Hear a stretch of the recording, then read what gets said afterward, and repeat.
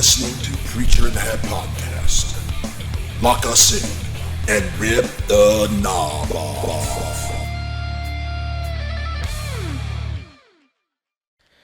Welcome into another episode of Preacher in the Hat. My name is Eric. Got a few more guys with me here in studio as we record this tonight. As always, my dad, Steve. Yes, sir. Who's here on my right, but visually for you, that's useless. And then also we have Chris behind the cameras and on a hot mic. As always, my brother Derek is not here tonight. His son Isaac has a baseball game. Go Cardinals. But in his place, we've done it again, Chris. Yeah, we did. We've got us another guest. Yes, we did. Give it up in studio for Mr. Shawn Morrison. Whoa! Yes, sir! Yes, sir! Yeah, baby. Shawn, welcome to the show. Yes, thank you for having me. And some places he's known as Chef Morrison, but we'll just call him Shawn. And as soon as his hearing recovers, we'll jump into his story. So we have been discussing... we've been talking about stories of transformation. We kicked that off with an episode, I guess now 3 episodes ago, maybe, if I have it right in my mind. Right. We kicked off an episode. It was literally called Stories of Transformation. And then we've met, assuming this all airs as it should, and this isn't a surprise to you, we've met with a couple of guys, Justin Castle and Michael Farley, to hear about their stories of transformation, and Mr. Shawn Morrison is up next with us. So, Shawn, what we like to do is, when we're talking about this, or the way that I like to think about it, is you kind of got the old and the new, Right. and then there was that line. You know, there was whatever that line. We all know ultimately it's Jesus, right? He's the one who does the transformation. There's a whole lot of things that kind of play into who you used to be turning into who you are now. And we know he's kind of the line in the sand, if you will. But there's a whole lot more to everybody's story. So that's what we're going to jump into. But real quick, I can see something on the tip of Mr. Sumter's tongue. Well, I think it's good to note that you said there's a line, but I'm not trying to go deep quick, but sometimes there's a lot of lines. Yeah. You know what I mean? Right. Because I think sometimes we think that there is a moment when we become new, Yeah. but we're becoming new all the time, right? Yeah, that's right. I agree. So anyway, carry on. Good, boy. I'll tell you what, he went right on in there and said. just jumped right in on that, man. That's good, Chris. I like it. Yeah, and it's very good. It's more, how would we say, dynamic, and this story of transformations are often dynamic, you know. They're not always in a straight line. They're more like this. Absolutely. That kind of thing sometimes, so. Yeah. So let's kick this off getting with some people, or getting our audience to maybe understand y'all's connection a little bit. Yeah, cool. And Shawn, how long have you known my dad? Oh, goodness. I want to say, 3 years now? Maybe longer? Yeah, but We we have had a connection we do. before That's, 3 did have a years. connection. that's where we're going. Yeah, We got a strong connection. So we didn't know it was strong. That's true. When we met 3 years ago, you and I were talking one day in an office where we both worked at the Ark in Bessemer. And you looked at me and you said, I went to school in middle school. I rode a school bus with 2 girls that were named Longenecker. Hard to forget. It is hard. Wow. Right. And I thought, well, yeah. Yes, sir. And he said, one was Shauna and one was Tanya. I said, Shawn, those were my daughters and are my daughters. So, wow. Yeah. You rode school bus, what, a year or 2 or 3, something like 2 or that? 3 years with them. Yeah, 2 or 3 years with them. And so I immediately got on the phone and called Shauna and Tanya and said, guess who I work with? That's right. And so while the working together has been 3 years, the connections go further. Which school back. was that? Which school would that have been? It was Clay Chalk. Clay yeah. Chalk, Clay Okay, Chalk, great. Yeah, Cool. Clay Chalk, yeah, that's where they were. And you were up the road on I was off Old Springville Road. Old Springville Road. He lived yeah, up can't Old miss Springville that one. Road. No. Yeah. That's the main drag. Yeah. There. So, and what's cool is your stories.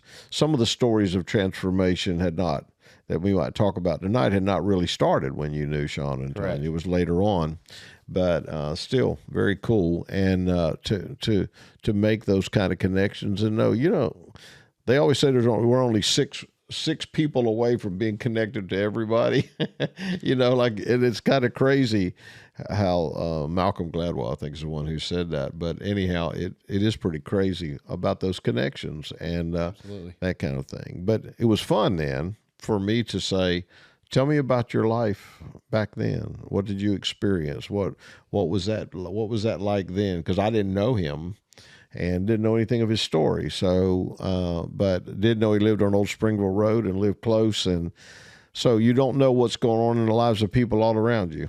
People you ride the bus with and people and how God can put those connections together in a different sort of way. So, that's how that happened.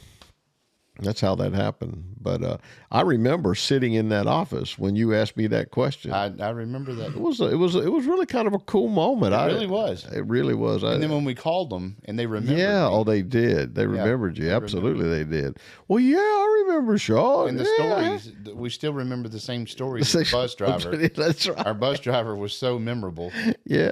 Yeah. Well, Miss maybe we Foster. should have had Shawn and Tanya in on this episode. I don't Right. know. They've been on the podcast before. And you do have some good times talking to them these days too, Absolutely, I do. we share church space together and that kind of thing, and we share a church body together now. So pretty cool. When I listened to you tell your story, there would have been moments of great pain and sorrow, really, for you some in your life growing up, Shawn. And it's crazy because my daughters didn't know that was happening to you. Obviously, I didn't because I had no connection with you. Right. But now to hear that, but to also see the hand of God and what He's done in you now is really, really pretty cool. Yeah, that's my favorite part. That's right. That's right. So maybe if we can jump in a little bit, Eric, I think you're cool with that, and that is, you and I've talked some about together since the last several years about looking back at your life and seeing the hand of God in your life, even though you and your family were not walking with Him at that time. You didn't have a lot of exposure to hearing about God and that kind of thing. And so as you think about that some, Shawn, when you think about it now from your advantage now, and you look back at your story and at your life, Eric talks about before and after. Mm-hmm. He just said about that in the line and that kind of thing. Let's talk a little bit about going back. And now since you see, and whatever it is you want to share, it's your business. Okay. But, as you look back now, what are some things that you say, wow, even in the middle of some pretty bad stuff going on for me, this happened? Yeah, so a very traumatic childhood. Mm-hmm. A lot of emotional and physical abuse. Uh-huh. And then as I progressed in life, I first came to know the Lord, not very well, but through friends of mine in school. Okay. That were attending a Baptist church, and they said, come with us. Yeah. Right. And I said, well, cool. I'd love to hear this and see. Mm-hmm. Yeah. What Jesus is about. Yeah, right. Still not turning away from my devices, right. Alcoholism, pills, and stuff like that. But it was a good foot forward. Mm-hmm. I could see where the Lord was preparing me. Mm-hmm. Right. And I was, as I was coming to know Him more and more. Right. It was July 4th weekend, 1997, that I was coming home from a party. I was intoxicated and driving. Okay. And back then, they had phone booths on the corner. That's true. That's right. Yeah, Yeah, that's right. Phones were actually connected to a cord, and you had to put a quarter in. I ran a red light and collided with another car, and ended up rolling over 3 times on top of a phone booth.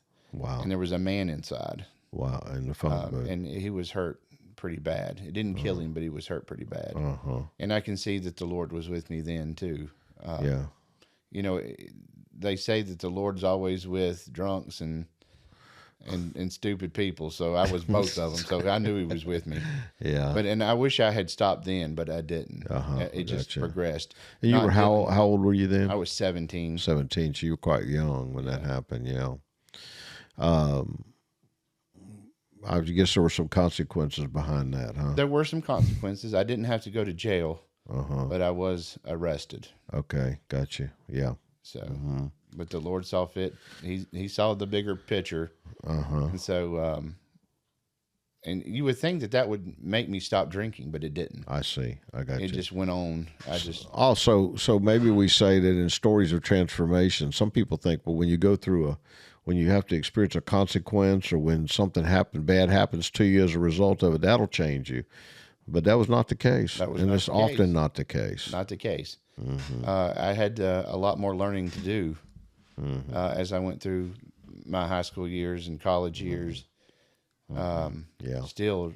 Still using alcohol and pills and stuff to get through. Yeah, I got you. Yeah. Chris, you got your hand up. First off, you're not in a deposition. You can answer any one of these questions or none of them. I plead the fifth. But I always, not in a kind of a weird way, but I always kind of am interested when someone's sharing things that they've gone through, like asking them this question, like what was the first time you remember, the incident that you remember getting into alcohol? Like, you know what I mean? Like some people were like, man, I remember the first time, and it's a sip of wine, you know, right. Or it's, and I think, and the reason why that's interesting to me is because how things get introduced to people. That's right. Right. That's and right. then what they do with that. That's an important part of the story. Right, it is. And my grandfather was in no way an alcoholic, but he loved to drink on Sundays when he grilled out every Sunday. Okay. And he would have scotch, and it just happened to be, I wanted to try it one Sunday with him, and how old were you? He let me. I think I want to say I was 14. Okay, gotcha. And he let me try it, and it was great. And so I thought it was just the best thing in the world, you know. Yeah. And so even through high school, I was taking my water bottles, pouring out the water, filling them with vodka, and that's the only way I could function to get through school. Okay, yeah, gotcha. But alcoholism ran in my family. Okay, it does. So, gotcha. Last dumb question: how does well, not last, but how does a 14-year-old get scotch? Or I know you said that your uncle grilled out and he liked scotch. my granddad, yeah, Your granddad, right? But like, you had to have a supplier. A supplier. I had a supplier. It was his liquor cabinet. Okay. They always had a full liquor cabinet. I got you. Yeah. So access and opportunity. Absolutely. You had access and opportunity even from home. Right. Yeah. So at what point, you're saying that at age 17, it wasn't enough for you to say, look, I got to stop this. Right. Was there a point, and when was there a point when you said, you know what, this ain't working? Right. About 7 years ago. Okay. I'll be sober 7 years, November the 15th. Okay. So I had lost everything. My marriage fell apart. You were married how long? We were married almost 10 years. We were together almost 20 years. Okay. Because we dated almost 10 years before we got married. Okay. So my marriage, I lost my job, my home. I was living in my car. And so I was just at that point to where I didn't know what else to do. I was going to take my life. Yeah. So, and that's... And that was, but you were involved in business during that time. You were in a same relationship for 20 years. Right. So there were some aspects of your life that had what the world would call some stability. I did. I was a very functioning alcoholic. Okay, you're functioning. Okay, yes. All right. And sometimes when you're functioning like that, the need to change doesn't seem as great. Was that fair to say? That's very fair to say. I was very angry with God when my marriage ended, because I would function fine during the week. Okay. And then occasionally on Sunday morning we'd get up and go to church. Okay. It's sort of like when I was younger. I was doing methamphetamines and still trying to go to church. With the youth group. Yeah. So, and you mix meth and church, you Methodist. So, that's the first time I've heard that. yeah. They probably wouldn't be too with happy. a shout out to our Methodist. Yeah, shout out to our Methodist friends. Thank you. I don't think they would be too happy about that. But that's okay. With disclaimer to all our Methodist Not friends. all Methodist. Thank you. Sean's opinions are not those of the management right. of Preacher in the That's Hat. So No, absolutely not. yeah. But yeah, so even though you're hearing about God, you're still high. Right. You know what I'm saying, in the middle of all that. Yes. So, you know what's interesting? I think sometimes, if I may just editorialize a little bit, is I found that some people think that if somebody's still getting high and drunk, that you're wasting your time talking to them about the gospel. You agree with that? I don't agree with that at all. I mean, I agree that if you keep pouring into people, you're planting those seeds, that eventually they're going to grow. Gotcha. That's even if they're still living in that lifestyle. Absolutely. Yeah. In other words, in other words, you don't clean up and then hear the gospel. Oh no. Okay. Yeah. I remember all the seeds that were planted. Yeah. Even though I was high and drunk. Right. Yeah. Gotcha. And those seeds bore fruit 7 years ago. They did. In a really profound way. At a low point, you were no longer a functioning alcoholic. No, and I thought I was hiding it pretty well. That's my point. My whole thing. I thought I was hiding it.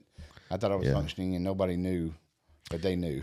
So you were helping to run restaurants sometimes during that time? I owned a restaurant for several years in Birmingham. Okay. And then bought another one in Blount County. Okay. And at the restaurant the whole time, if you didn't see a drink in my hand, they knew to bring me one. Mm-hmm. I just had to have it. Okay. So you were drinking on the job. Oh, absolutely. Too, you? Well, if you're the owner, you could. Huh? Oh, yeah. As an owner, you got a full bar access. Right. Yeah. So you had access and opportunity at the house, and then you also had access and opportunity at work. Absolutely. So you put yourself in those kind of positions. You can't sell a bottle of wine that you haven't tasted because absolutely, you got to try it. No, I got you. Yeah, you've got to try it. Yeah. I mean, if you had horns and a fork, we wouldn't care, would we? No, that's true. That is true. Amen to that. Amen. I don't know, Eric. I don't know if we should join in with the amens there or not, but anyhow. Now, at the lowest point, when I ran out of alcohol to drink, it was turning to cough syrup and. I see. Anything Okay. you could get anything you could get with alcohol in it. Yeah, that's right. Yeah. So because it doesn't matter as long as it has the right kind of impact on you. It's hard for me to run a company sober. So when was it? Because I can see how that could you'd be playing the part. Honestly, like you have this restaurant, you got the music playing, you got this bar, and it's glistening and the lights, and I get it. At what point do you okay, I'm starting not to keep track of my business? Well, I had a partner in one of them, and they started to notice when the money started missing, and I was doing other things with the money that I shouldn't have been doing. I got you. Well, I remember you telling me there were times that you really had a good week and stuff like that at the restaurant, and you guys would go out.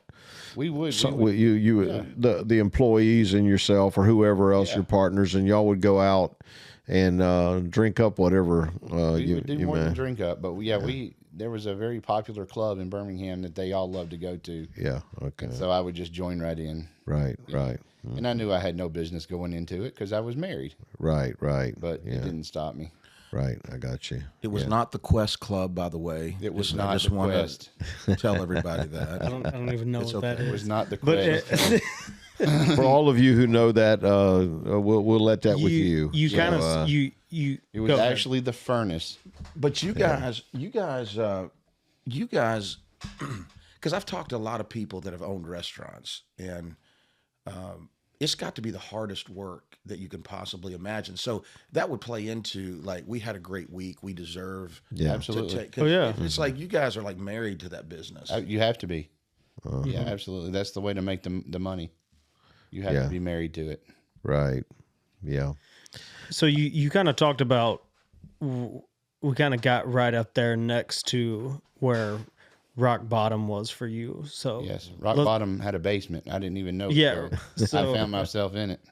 Let's let's start to lean in towards that Coming out of upward the trek basement. on the ladder. Yeah. What was on the other side of that? Well, okay, so at my lowest point, I had a friend, and her name was Chris Johnson, and she called me one day and she said, "There's a man that I need you to meet," and she said, "He's my pastor, and I think that he can really help you." And I said, "Okay." So I met her at the church. It was Love's Crossing Church of God, and his name was Philip Jones. And I sat in his office one night, and he said, "What do you think led you to this point?" Sitting here in my office in front of me right now.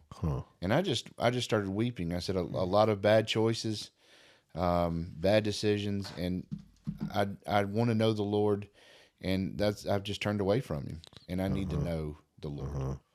And he said, "Okay." He said, "I'll tell you what we've got. I've got a place for you to go for a week. 1 week. I'll let you stay there." He said, "But you got to be at my table every morning at 7:00 to dig into the Word." And he said, "If you'll meet me there every morning, you can stay." So in my addict mind, I'm still thinking, okay, I've got a week. I've got a place to stay for a week. I've got somewhere to sleep for a week. And after that week is over, I'll figure something else out. Right. So the first morning, I met him at the table. We got into the Word. Second morning, third morning, fourth morning, and I was starting to feel again. And you were sober. I was sobering up. Sobering up. Yes. And so I just started feeling again. So after a week, I was like, "Here it comes. I'm going to have to leave." And he's like, "Well, he said, "I just want you to know I'm proud of you for doing what you said you're going to do." He said, "I'm going to let you stay." He said, "But you got to find a job, and you got to do what you're supposed to do." And I said, "Okay, well, I can do that then." And so that was really the upward of me getting sober and staying sober. And since that day, November the 15th, I had not taken another drink or anything. Thanks to Philip Jones and the Lord. That's awesome. Yeah. You mentioned your friend that kind of made that connection for you. Yeah. What led to, so was this someone you were in close contact with? Like, it was. She knew my situation. Okay. And she would come. I was living in my car. She would come and bring me food, bring me blankets, because it was pretty chilly, some nights. And she was trying to help me out. And finally, she's like, "I'm just not helping you the way you need it." Did she live in Blount County too? She did. Were you up that way most of the time? I was spending a lot of nights at UAB in Gardendale, the freestanding ER. Oh. I was parked in their parking lot at night, living in my car, because I knew if I needed to go into the ER, coming down, off the methamphetamines and stuff, then I could go right in there. And she worked in Gardendale as well. So okay. Some people in your story of transformation don't see that it was a move up, owning a restaurant. A lot of people say you've made it. You know what I'm saying? Right. And then your homelessness was a result almost of your success. Right. In your own strength. But you come at wit's end and you say, well, apparently my own strength is no longer going to get me through this alcoholism. It's not going to get me through. My life is a mess. Right. It's a wreck. So I guess what I wanted to talk about that was we work with people that live in their cars, right. At our church now and so forth. Their stories are quite interesting because they're not a story of continual homelessness as a child, as growing up. Sometimes it's a result of what has happened over the years, and they've fallen from what was seen as a pretty high pinnacle in the business world and some other things. So that's also the story of some people. Now, there's some people who have lived a life of never really experiencing what you experienced with the money and that kind of thing. But in your case, you had some money. You had a life. You had a family. Absolutely. You know what I'm saying? And you lost it all. But it's interesting to me. When you brought it out, Eric, and your question is, why did this guy say you stayed at his house, didn't you? I did. So think about that. Never had met him. Never met him. And he's inviting you to stay at his house all week long. All week long. You were not his first rodeo either. Absolutely not. Absolutely not. So in your story of transformation stands this giant of a man. Giant of a man, yeah. Who passed away recently in the last few years. Yeah. Painful. Yes. I know you miss him, But let's give honor to God and him. Absolutely. Tonight. Yes, absolutely. That in our stories of transformation, there are people. Yes. There's often a person. There's people that are right there. Yes. And they do the unusual often for a story of transformation. They do something that's outside the box. And Philip certainly did that for you. He did that. He absolutely did that. And so that was a very pivotal moment in my recovery. When I was younger and I was going to church, I felt a calling on my life. Okay. And I never explored it. I never looked in. I was too busy partying and doing other things. But when I started working with your dad, I love this story. There's a brother. I mean, he's just a great friend. And I met Jesse Leonard in Montgomery, and he just showed up one day. He was over the house. And he said, "Man," he said, he calls me little brother. He said, "Little brother, you got a calling on your life." And he said, "We're going to bring it out." He said, "I'm telling you, you can. It's on there." That's cool. And I said, "Jesse, I appreciate that." I said, "I've always felt that." And so he, knowing your dad, he brought me into Good News Fellowship, and man, and then it just up we go. That's right. And so then I was licensed to preach, and then ordained. Right. And so I was like, man, look at God showing out. Yeah, that's right. And it's just been a great your story of transformation was a call many years ago while still in this mire, in this muck. Right. But you did know the call. But then years later, after you're out of the mire and the muck on a personal way, the call is resurrected. Right. And That's cool. you said something about like you think you're at your peak. You've got money. You've got a great restaurant that you own, a career, a family. And by the world standards, you would think that is living your best life. Right. But I can honestly say this is living my best life. Right. What we get to do every day, ministering to people, the broken, and just telling people about the good news of Jesus, this is living the best life. Right. Yeah. I would trade that any day for the money and success. Yeah, that's right. So that's cool. Yeah. That's really cool. Yeah. So what did you learn from Philip that set you on this course 7 years ago? You studied the Bible with him every morning. Absolutely. But what did you learn from him? I know that you all did, help start Eagle's Nest. The Eagle's Wings. Something. Yeah, Eagle's Wings. I'm sorry, Eagle's Wing. Yeah. We started that. It's a 16-bed transitional. And you helped him start that, that very horse barn. It was a horse barn. How about that? That he had sitting on his property that we transformed into a transitional house for men coming out of programs that just needed not a hand out but a hand up to get back on their feet. Right. And it's still going strong today. Yeah. And since then, we've added a thrift store and a ladies' house. A ladies transfer. And you're still somewhat connected to them on a little bit. On the board, yes, just on the board. Yeah. So out of your relationship with Philip grew an opportunity to help other people too. Absolutely. The main thing I learned from him was if you can't help somebody, at least don't hurt them. Oh, interesting. Say that one more time. Yeah, I like that. I need that. If you can't help someone, at least don't hurt them. Huh. I like that. Chris, that's good. Which might mean you might need to stay out of the room. Possible. You know what I mean? That's possible. Yeah. Now, I wanted to ask you something about Philip. I wouldn't know him if you showed me a picture of him, but it sounded like you were about to say, and I don't want to put words in your mouth, when he gave you 5 days or 10 days, you really weren't even interested in changing at that point. I wasn't. I was just interested in having a place to stay for a week. Yeah. Yeah. I had no idea what was in store. Because I think sometimes for me, the people that God has put in my life, I didn't get it until much, much later. Yeah, Until they right. were out of my life. Right. So Right. you may, and I'm about to put some words in your mouth. Just all slap right. them out That's if you all need right. to.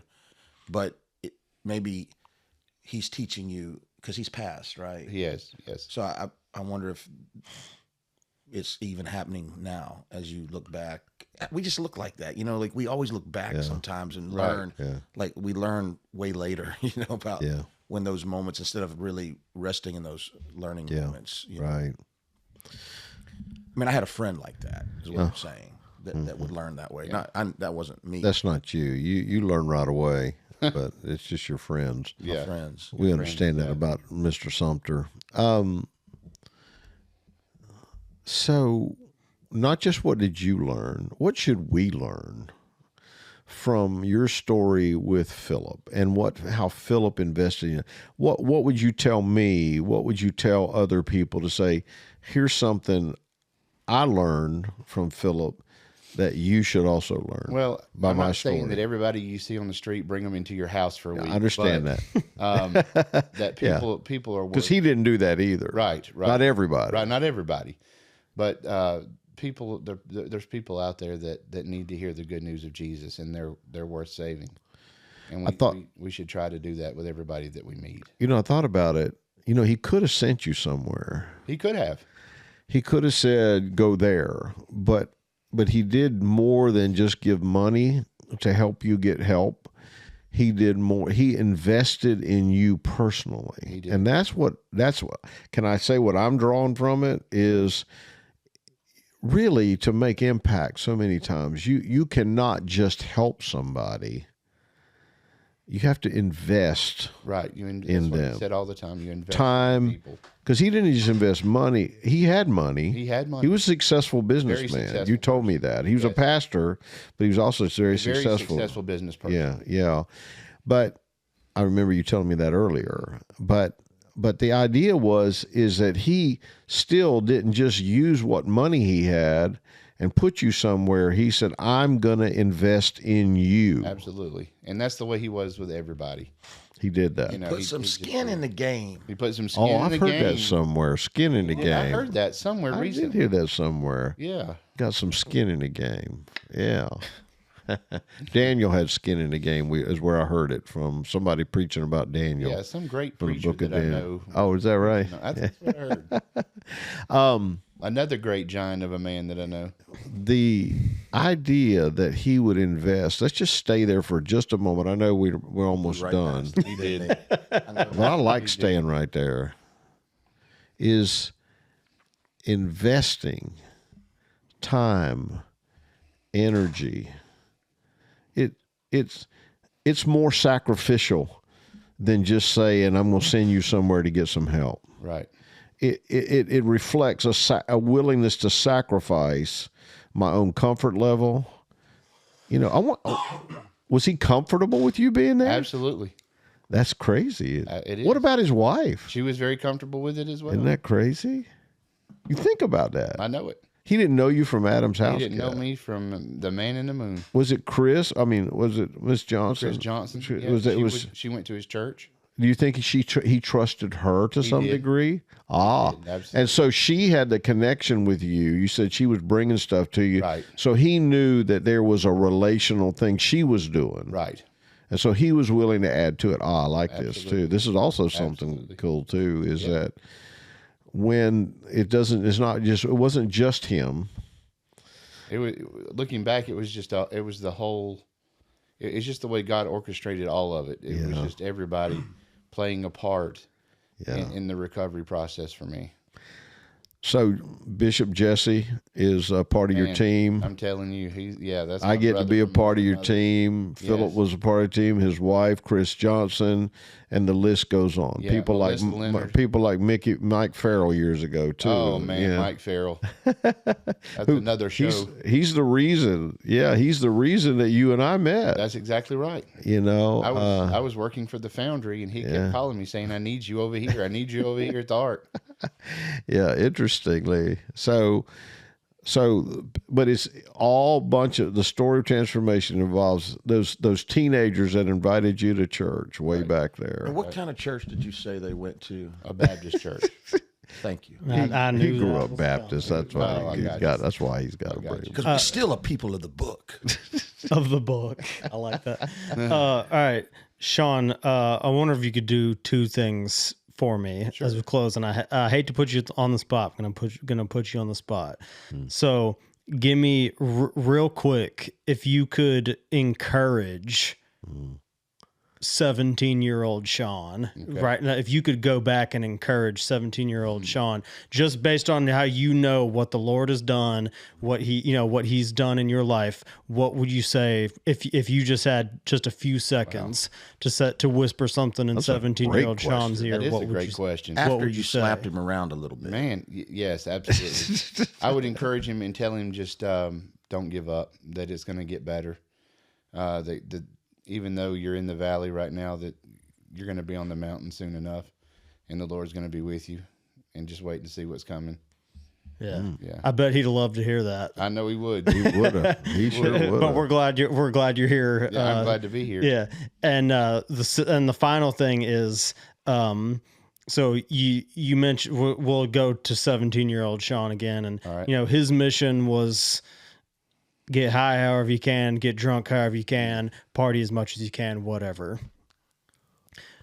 Shawn today, what's his mission? Oh, well, my mission today is so totally different, which I love. It's I'm just on my way to heaven, and I'm going to take as many people with me as I can. That's my goal. Wow. Bang. Bang.